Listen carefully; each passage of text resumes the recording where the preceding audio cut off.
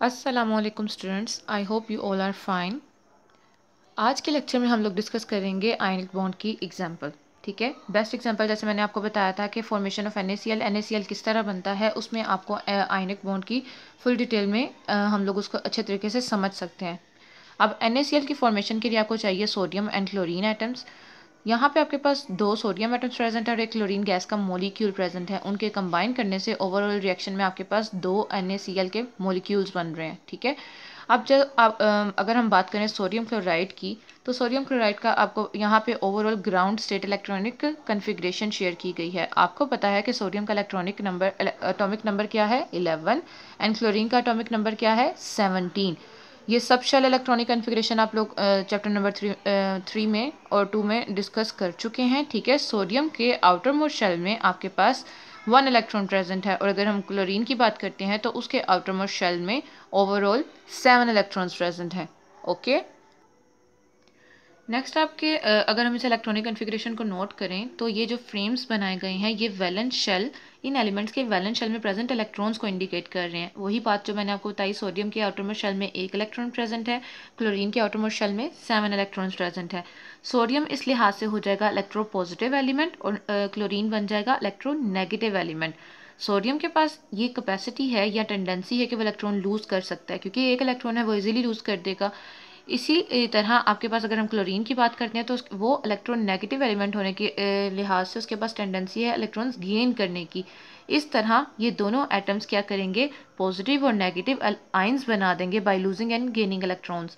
Sodium एक electron lose करेगा और सोडियम प्लस आयन बन जाएगा। उसी तरह क्लोरीन एक इलेक्ट्रॉन गेन करेगा और क्लोरीन नेगेटिव आयन बन जाएगा। और उसके अलावा ये अटेन करने की कोशिश करेंगे nearest noble gas electronic configuration, जैसे कि सोडियम अटेन कर लेगा नियोन की इलेक्ट्रॉनिक कन्फिग्रेशन, यानी कि उसके आउटरमोस्ट शेल में 6 एंड ओवरऑल अगर आप बात करो शेल की तो 8 इलेक्ट्रॉन्स होंगे। और इसी तरह क्लोरीन के आउटरमोस्ट ये अटेन कर लेगा आपके इसके आउटरमोस्ट सब शेल में 6 और ओवरऑल अगर आप बात करें तो 8 इलेक्ट्रॉन्स होंगे और ये अटेन कर लेगा आर्गन गैस की इलेक्ट्रॉनिक कन्फिग्रेशन।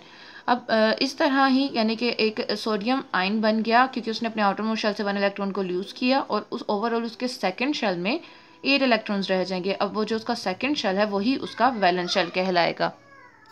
फिर अगर हम बात करते हैं क्लोरीन की, क्लोरीन ने एक इलेक्ट्रॉन गेन किया है। ठीक है, उस गेनिंग की वजह से क्लोरीन एटम के पास अब उसके आउटर मोस्ट शेल में 8 इलेक्ट्रॉन्स आ जाएंगे और वो बन जाएगा क्लोरीन आयन।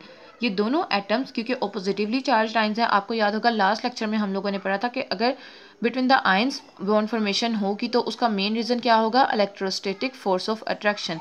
अब इन दोनों आयंस में भी electrostatic force of attraction develop हो जाएगी, ये खुद को स्टेबलाइज करेंगे एक प्रोडक्ट बनाकर। ठीक है, ओवरऑल आपके पास एक NaCl का मोलिक्यूल बन जाएगा और आयंस में बॉन्ड फॉर्मेशन किस वजह से हुई है, इलेक्ट्रोस्टैटिक फोर्स ऑफ अट्रैक्शन की वजह से।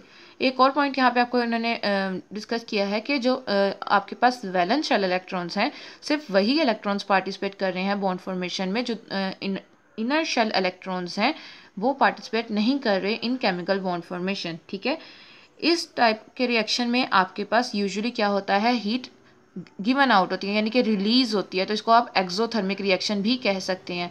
लास्ट पे आपके पास आयनिक कंपाउंड्स की डेफिनेशन है, the compounds form due to ionic bonding are called ionic compounds, यानी कि आयनिक बॉन्ड से जो भी कंपाउंड्स बनेंगे उनको हम आयनिक कंपाउंड्स कह सकते हैं। ओके क्लास, थैंक यू, अल्लाह हाफिज़।